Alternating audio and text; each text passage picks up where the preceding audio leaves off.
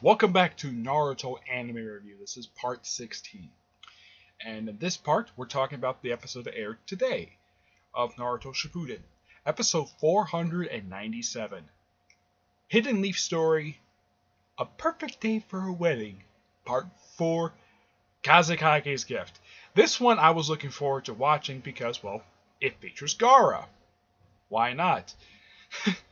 It not only features Gar and, well, Tamri obviously came back, and Konkaru, the Razakage was seen in here, the Tazekage, pretty much all the Kages pretty much are featured in this episode, including their bodyguards. Though, when you see the Mazakage, she only says, like one line, and it scares one character we'll get to in a minute. Simply put, this episode is like, now, Gar was not told that Naruto and Hinata were getting married. He was kind of surprised to hear about it. So, everyone's like, okay, let's just, they're trying to select what can you get a gift. So, and of course, the Mazakage was running late because of rain. So, they have everybody just go around the village, just do whatever the heck they want. So, who is Gaara's guide at the village? Rock Lee and Tenten. Yep. Of course, give it a flashback to my guy in the episode, but yeah, it's actually quite funny. The fact that it's Rock Lee and Tenten, the two people who the Sand siblings actually hurt during the tuning exams. Well, when they were different, where Gar was basically on this low killing spree thing, where basically he crippled Lee, and Tamari nearly broke Tenten's back. Though I don't know if Tamari ever apologized to Tenten for doing that. But as far as I can tell for Rock Lee and Gaara, Rock Lee never held a grudge against him for doing that. He was just a different person back then. So yeah, it was kind of nice to see them like escort. And the first place they went to is the ramen place Naruto likes to go to. Yeah, I thought that was interesting. And I also was really interesting the fact that Gaara got a chance to meet Naruto's teacher from the Ninja Academy, Aruka. Not one of my favorite characters, but it was nice to see him meet him. I mean, he's met pretty much almost everybody else who's associated with the village. So why not meet him? And of course, having him eat the Ichio ramen, that was something. Yeah. Though we don't see him actually eat it. Apparently, he found it to be delicious. And apparently, the dish is like Naruto's favorite dish. And... okay. Yeah, and apparently there was this topping, which was the least popular topping, but since Naruto liked it so much, and because Naruto's an international celebrity, it's the most popular topping on the menu. Yeah, all because of Naruto. Yep. I thought that was interesting. Though I'm a little curious, though. I don't know when the show is going to explain this, but when did Naruto meet the Mazakage and the Tazekage? Yeah. They apparently know Naruto. Well, they probably know him via reputation, but in the case of the Mazakage, the only time they've ever shared screen together was at the end of the Sasuke arc, where the Mazakage actually has some lines in the episode. Of course, this is the first time I've seen the Mazakage since the end of the Sasuke arc. The Razakage, same thing with him. The Tazekage, I haven't seen him since the end of season 20. Since, when they were free from that jutsu. I don't know if I don't think he was featured in the film The Last. Definitely not the Mazakage. The Mazakage's bodyguard was seen in the episode, the one of the 7 swordsmen. Yeah, it was nice to see him. Too bad he never got any lines in the episode. That's only criticism. I was happy to see the guy. I mean, he's an interesting character, but it's just that it's sad that he never got a single line in the episode. Apparently, he's only seen eating dumplings with the Mazakage. Okay, and I also got a closer look at basically Gaara's outfit. It's similar to the outfit he's been wearing since part 2. Except he took off that little, side vest thing. He took that off. I mean, obviously he's not wearing the giant gourd on his back anymore. Basically, the thing is the size of what you think of, a water bottle might be. Basically, a small size gourd, and it's strapped to his waist. And looks like he's wearing an actual belt, which, okay, that's nice. And he seems more relaxed now than he was during the series, where, even though, yeah, he's still kind of angry half the time, but at least he's more relaxed. He's more calm and, well... And oh yeah, Killer Bee's in the episode. Surprised to see him. And of course, he went over the top exactly what the Razakage is going to give Naruto Hinata for their wedding. When the Razakage found out what exactly, well, I think probably most of the gifts basically probably were true. But the whole dance thing, that is something that probably the Razakage never actually said. So he was upset with bro. Like, that's basically what he does half the time. He's upset with Killer Bee half the time. So, despite the fact he doesn't want to anything harm to him, he does occasionally beat him up for being an idiot. Yeah, but heck, even I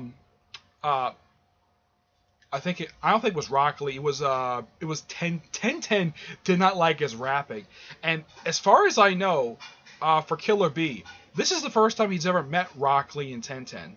As far as I can tell, he's probably met Gaara before, but this is the first time I've ever seen him share screen time with him, because the only people I've seen him share screen time with, well, he shares screen time with Sasuke and Naruto, the Razakage, a few other characters here and there, but never Rock Lee in 10. This is actually a first. I've never seen him actually do that before.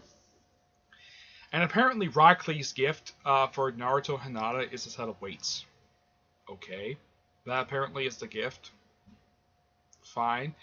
It's Rock Lee for you, basically, because he works out a lot. Some people like call him maybe a workaholic, because the guy works out a lot. Yeah. But there's also a sort of a subplot that kind of one thing I did like, though, was the fact that Tamari and Shikamaru actually apologized for what happened in the previous episode, and they decided to go on a date. They had dinner. And who just happened to be spying on them while they're having dinner? Ino and Shoji. Two characters who have nothing really else to do. They were only seen a couple times. This is only second time I've seen in the episode, because in the previous scene they were shown hanging out with the Razakage, which kind of begs the question: what the heck was Shikamaru doing the whole episode? And I'm glad the fact that he went on a date with Tamari, and it was so funny of how Konkaru was the one who's afraid of Tamari this time, because it used to be where half the time Konkaru was basically implied that he was scared of his own brother, because, well, half the time he threatened to kill him. This is before Naruto changed him. And now apparently he's afraid of his own older sister, which Gar suspects that she might be in love. I can tell by looking at him. He's like, yeah, she's in love with somebody here, and I better not get involved because it's none of my business. That's probably his expression of what he does, what he's doing. But it's a nice episode overall. And this was an episode definitely I was expecting. When I heard Kazekage's congratulations, that was the original title. And then for some reason I think they changed to Kazekage's gift. Excuse me. So he decided to give not as Naruto a gift as the Kazekage, but as his friend, because, well, Naruto and Gaara are friends. And Iruka is actually surprised that Naruto is friends with the Kazekage. But no one would probably tell Iruka that when Naruto first met Gaara, it was at the Chunin exams. Though though Naruto basically forgets Tamari's name. Though that's one thing you can criticize for the season. You barely get a chance to see, especially in this arc, you barely see Naruto. But there is a reason for that, because you have adaptations of light novels. But in this arc, there is no excuse for it. You get a chance to see illusions of them, of Naruto and Hinata. Of course, you get a chance to see them in the opening titles, while making a physical appearance. Nope. It's never mentioned exactly what they're up to, when Naruto and Hinata are up to. It's implied that they're planning for their wedding, which at the end of the episode it said 16 days to the wedding, because apparently it's been 6 days since the previous episode. Okay. So, let me get this straight. Tamari was in town for like a day, and then she heads back to the Sand Village, which is a 3-day walk. Yeah, it's a 3-day journey from the Sand Village to the Hidden Leaf Village, which, okay, that's interesting. Yeah, they mentioned that during the first season of the show, when Naruto was sent on a rescue mission to rescue Gaara when he was kidnapped with Akatsuki, because it was mentioned in that arc that it's a 3-day journey from the Leaf Village to the Sand Village. So, let me get this straight. After that one day, Tamari leaves town, and then after being in the Sand Village for, I don't know, barely a day, and then all of a sudden she has to go back? Really? Okay, fine. Um, but I'm a little surprised she actually forgot to tell her brothers that Naruto's getting married. Which, I love Gaara's reaction, like, really? He never told me that he's getting married? Okay. But there is one thing I would like to see. Maybe after the next episode, which I'll get to in a minute, maybe they actually can show like who was part of Naruto Hinata's wedding party, like who was Naruto's best man, which a lot of people suspect probably be Sasuke, and who his groomsman might be. For Hinata, it's probably gonna be Sakura.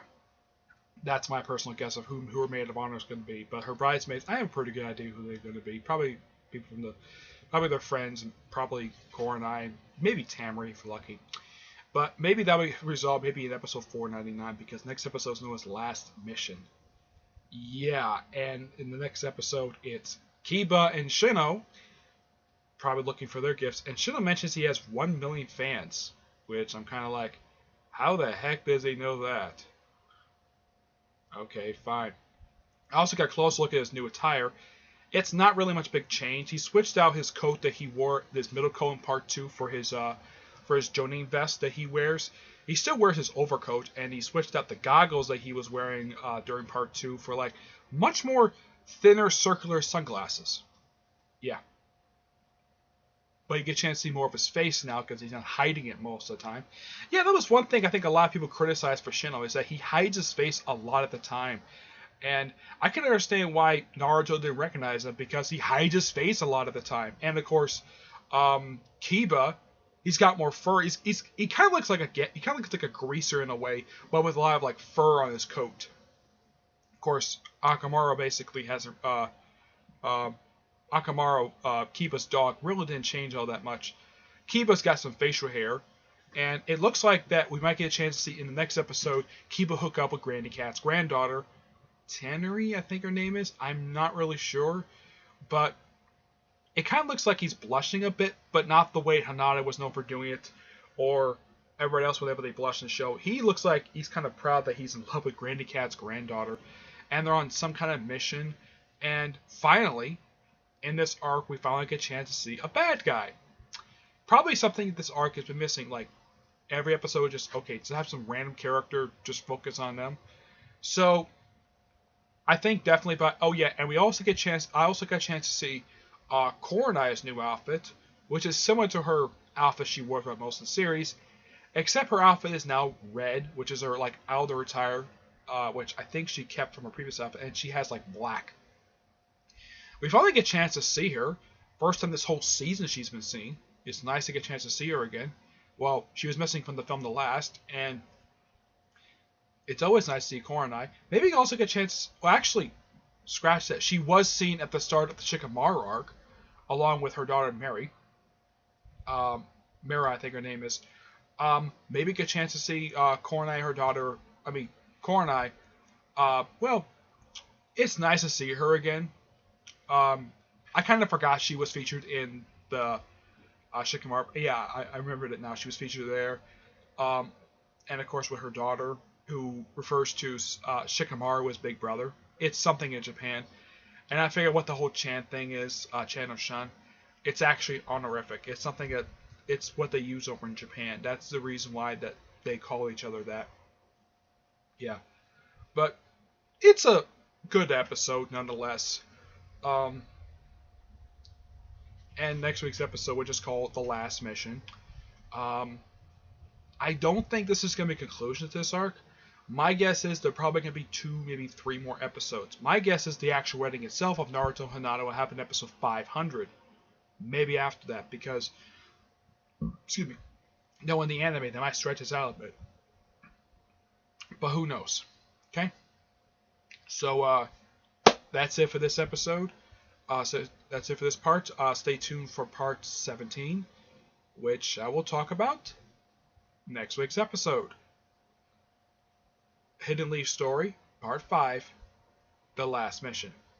Okay? Until then, I will see you there. Bye.